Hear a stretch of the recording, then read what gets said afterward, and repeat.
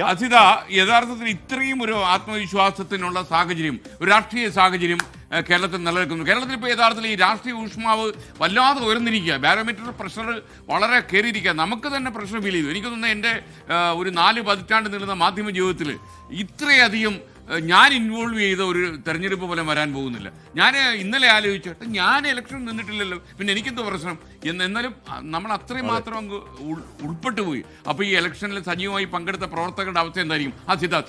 തീർച്ചയായും എസ്കൻ, എന്തായാലും എല്ലാ തെരഞ്ഞെടുപ്പിലും ഈ ആവേശമാണ്. തെരഞ്ഞെടുപ്പിന്റെ തലേദിവസം നമുക്ക് ഉറങ്ങാൻ കഴിയില്ല എന്ന് പറയുന്നത് സത്യമാണ്. പക്ഷേ ഇത്തവണ അല്പം കൂടി എസ്കൻ പറഞ്ഞതുപോലെ ഈ എന്താകും കേരളത്തിന്റെ അടുത്ത ചിത്രം, എന്താകും സ്ഥിതി എന്നറിയാനുള്ള ഒരു കൗതുകം, ആകാംക്ഷയുള്ളത് കൊണ്ടാകണം കഴിഞ്ഞ തെരഞ്ഞെടുപ്പുകളേക്കാൾ വലിയ ആകാംക്ഷ ഇത്തവണ ഉണ്ട് എന്നുള്ളതാണ്. പിന്നീട് കോൺഗ്രസിന്റെ UDFന്റെ ആത്മവിശ്വാസത്തിലേക്ക് വരുമ്പോൾ എക്സിറ്റ് പോളുകൾ കൂടി വന്നതോടുകൂടി അവരുടെ ആത്മവിശ്വാസം വലിയ നിലയിൽ വർദ്ധിച്ചിട്ടുണ്ട്. പിന്നീട് 10 വർഷമായില്ലേ ഒരു മാറ്റമാകാം എന്നൊരു വികാരം ജനങ്ങളിൽ ഉണ്ട് എന്നതാണ് അവരുടെ പൊതു വിലയിരുത്തൽ എന്നുള്ളതാണ് തോന്നുന്നത്. അപ്പോൾ ഇതിന്റെയൊക്കെ അടിസ്ഥാനത്തിലാണ് ഈ ആത്മവിശ്വാസം. എന്തായാലും KPCC ആസ്ഥാനത്തെ പന്തൽ, ബിരിയാണി വിതരണം, ലഡു, ഡൽഹിയിലേക്കുള്ള യാത്രകൾ, മലപ്പുറം കത്തി അമ്പും വില്ലും എന്നൊക്കെ പറഞ്ഞതുപോലെ അവസാനം ഇനി പവനായി ശവമാകുമോ എന്നുള്ളത് ഇത് തുടങ്ങി 13ാമത്തെ മണിക്കൂറിൽ നമുക്ക് അറിയാം എന്നുള്ളതാണ് ഏറ്റവും പ്രധാനപ്പെട്ട കാര്യം. പിന്നീട് കനകോലുവിന്റെ ഒരു റിപ്പോർട്ട് ഇപ്പോൾ വന്നു എന്ന് പറയുന്നുണ്ട്. എന്തായാലും കനകോലുവിന്റെ റിപ്പോർട്ടുകളൊക്കെ ഈ രേഖയെക്കുറിച്ച് ചോദിക്കുമ്പോൾ ഇതാണ് ആ രേഖ എന്നുള്ളതാണ് നമുക്ക് അറിയാവുന്നത്. എപ്പോഴും നമ്മൾ കണ്ടിട്ടില്ല ഈ റിപ്പോർട്ടുകളൊന്നും, പക്ഷേ അതുമായി ബന്ധപ്പെട്ട് ഒരുപാട് വാർത്തകൾ റിപ്പോർട്ട് ചെയ്യാറുണ്ട്. എന്തായാലും അങ്ങനെ ഒരു റിപ്പോർട്ട് ഇപ്പോൾ വന്നു എന്ന് പറയുന്നു. അത് ശരിയാണെങ്കിൽ അതിന് ഇപ്പോൾ കഴിഞ്ഞ ദിവസം വന്ന എക്സിറ്റ് പോളുകളിൽ UDF അധികാരത്തിലേക്ക് വരും എന്നുള്ള ഒരു പൊതു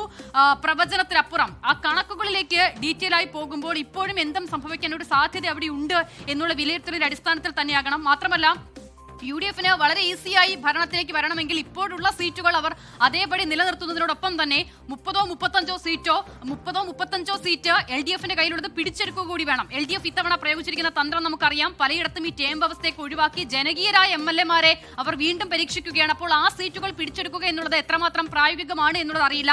ഒരു കാര്യം കൂടിയുണ്ട്, കനകോലുവിന്റെ റിപ്പോർട്ട് ശരിയാണെങ്കിൽ അതിനോട് ചേർത്ത് വെച്ച് ഇന്ന് അറിയില്ല കനകോലുവിന്റെ പേരിൽ പ്രചരിക്കുക ആണ് എന്ന് പറയാൻ പറ്റും. അതാണ് ഞാൻ പറഞ്ഞത്. കനകോലുവിന്റെ റിപ്പോർട്ടുകളൊക്കെ ഇതാണ് ആ രേഖ എന്ന് നമ്മൾ ആരും കണ്ടിട്ടില്ല ഇതുവരെ.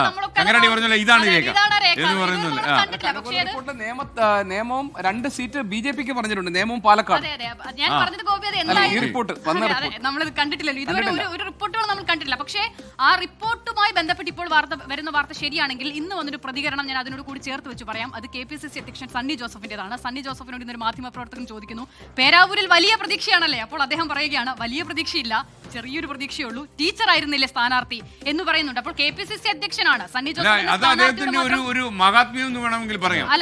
അദ്ദേഹത്തിന് പറയാമല്ലോ, ഈ ജയിക്കുന്നവരെ തോക്കുന്നു പറയാനും തോക്കുന്നവരെ ജയിക്കുന്നു പറയാനും.